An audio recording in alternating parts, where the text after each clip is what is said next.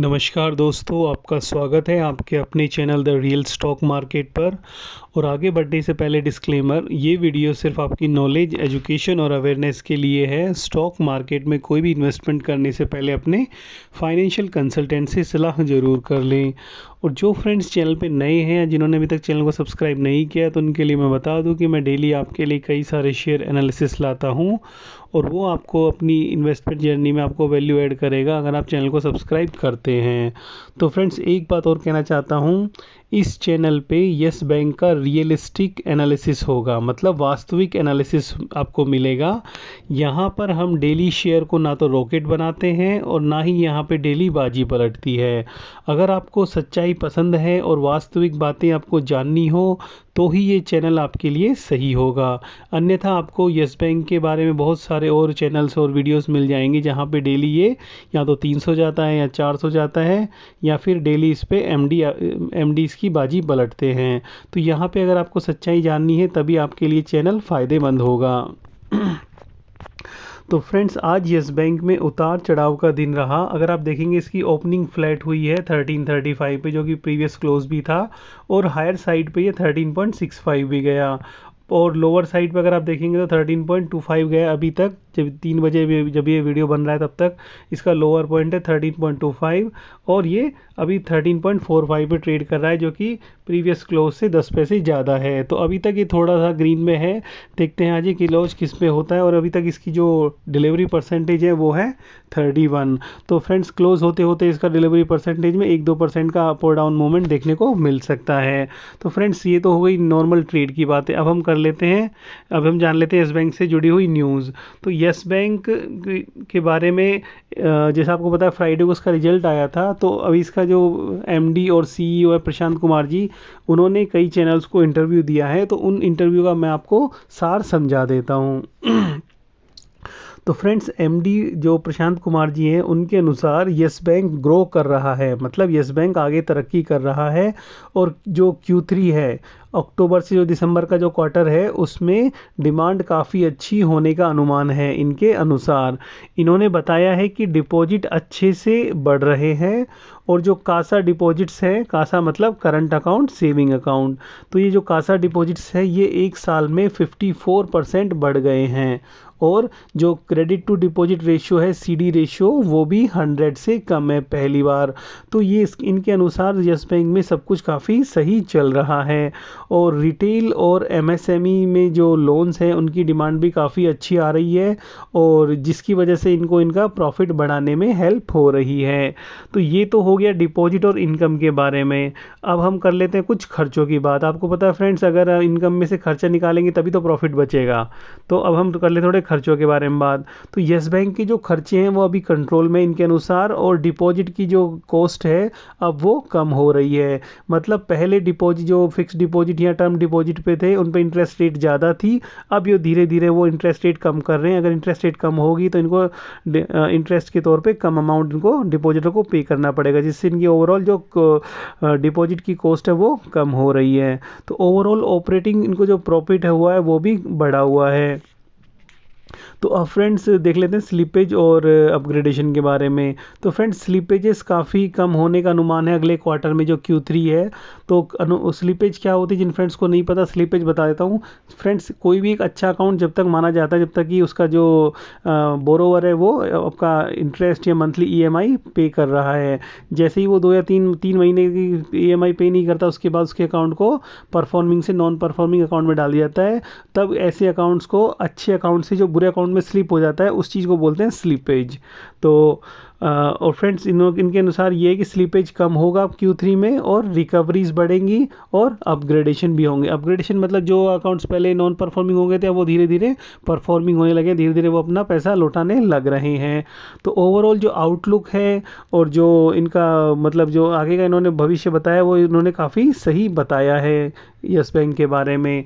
तो फ्रेंड्स, आपने देखा होगा कि रिजल्ट में एक चीज़ जो बहुत ज़्यादा हाईलाइट की जा रही है वो है नेट इंटरेस्ट इनकम। और लोगों का कहना है कि ये net interest income 23% year on year, मतलब एक साल के अंदर पिछले सितंबर 2020 से अब तक ये ईयर ऑन ईयर ये 23% कम हुई है।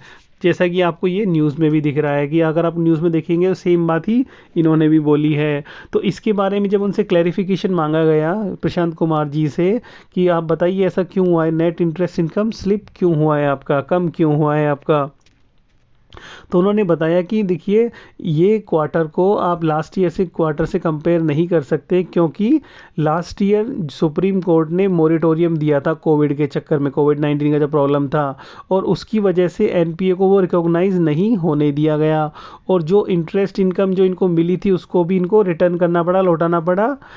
ये सब कब हुआ, Q4 में हुआ, मतलब जनवरी से मार्च के क्वार्टर में हुआ। तो इन सब फैक्टर्स को ध्यान में रखते हुए लास्ट ईयर के क्वार्टर, सितंबर वाले जो क्वार्टर है, सितंबर 2020 के क्वार्टर है, उसको सितंबर 2021 के क्वार्टर से कंपैरिजन करना ठीक नहीं है। इसीलिए ये इंटरेस्ट इनकम और फिर उन्होंने ये बताया कि अब जो ये इंटरेस्ट इनकम है जो थोड़ा सा इन पे इम्पैक्ट पड़ा है वो धीरे धीरे रिकवर हो रही है, और मार्च 2022 तक ये कितनी बढ़ जाएगी, 2.5%, 2.5% ये बढ़ जाएगी। अब फ्रेंड्स ये देख लेते हैं कि ये तो बढ़ जाएगी। अब हम देख लेते हैं तो जो लोग ये शोर मचा रहे थे कि इंटरेस्ट इनकम कम हुई है, तो उनके लिए ये जानना ज़रूरी है। तो इसीलिए मैंने आपको ये बात बताई कि इंटरेस्ट इनकम वास्तव में कम हुई है तो उसकी वजह क्या है, और ये एक लॉजिकल और मतलब अंडरस्टैंडेबल रीजन है। अब हम देख लेते हैं एनपीए तो कम, और साथ में उन्होंने बोला कि एनपीए कम हुए हैं, और अभी इनका जो एआरसी एसेट रिकंस्ट्रक्शन कंपनी का प्रोसेस जारी है, और मार्च एंड तक एनपीए ख़त्म हो जाएगा। मार्च 2022 तक एनपीए ख़त्म, मतलब बुक्स एकदम क्लीन, और उसके बाद आप देखेंगे कि ये यस बैंक एक नया यस बैंक होगा, और यस बैंक के शेयर्स में किस तरह से इम्प्रूवमेंट होता है प्राइस में। अब फ्रेंड्स सबसे ज़रूरी बात है जो इंटरव्यू की वो भी देख लेते हैं कि इनको सीएनबीसी वालों ने जब इनका इंटरव्यू लिया प्रशांत कुमार जी का, तो यस बैंक के मैनेजमेंट प्रशांत कुमार जी का, तो इन्होंने इनसे पूछा सीएनबीसी वालों ने कि यस बैंक का क्या किसी और बैंक के साथ मर्जर मतलब विलय होने वाला है, या कोई बड़ा बिजनेस ग्रुप इस यस बैंक को टेक ओवर करेगा, तो इसके बारे में आपका क्या कहना है। तो जो पीके जी ने जो प्रशांत कुमार जी ने जो जवाब दिया वो बड़ा ही इंटरेस्टिंग था। तो उन्होंने बोला मर्जर और एक्विजिशन की बात छोड़िए आप, हम खुद किसी और बैंक को टेक ओवर कर सकते हैं, जो शब्द उन्होंने यूज़ किया उसमें उन्होंने इनऑर्गेनिक ग्रोथ शब्द का इस्तेमाल किया कि हम इनऑर्गेनिक ग्रोथ के लिए देख रहे हैं, मतलब जो बैंक से बाहर अगर कोई ग्रोथ की अपॉर्चुनिटी आई तो हम उसको भी अवेल करेंगे। इसका मतलब ये है कि अगर आप थोड़े दिन पहले इनका एक इंटरव्यू देखें उसमें उन्होंने ये बताया था कि ये सिटी बैंक जो अपना इंडिया का रिटेल बिजनेस बेच रहा है, अगर ये सही कीमत मिले, सही अगर डील हो जाए तो ये उसको खरीद सकते हैं। तो मतलब ये खुद एक नए बैंक के बिजनेस को खरीदने की बात कर रहे हैं, और जबकि उन्होंने पूछा था कि क्या यस बैंक किसी के द्वारा टेक ओवर कर लिया जाएगा या नहीं। तो आप देखिए कि जो कॉन्फिडेंस है प्रशांत कुमार जी का, वो देखिए आप, इसे कहते हैं असली बाजी पलटना, ना कि वो जो कि डेली बाजी पलटती है यूट्यूब चैनल्स पे।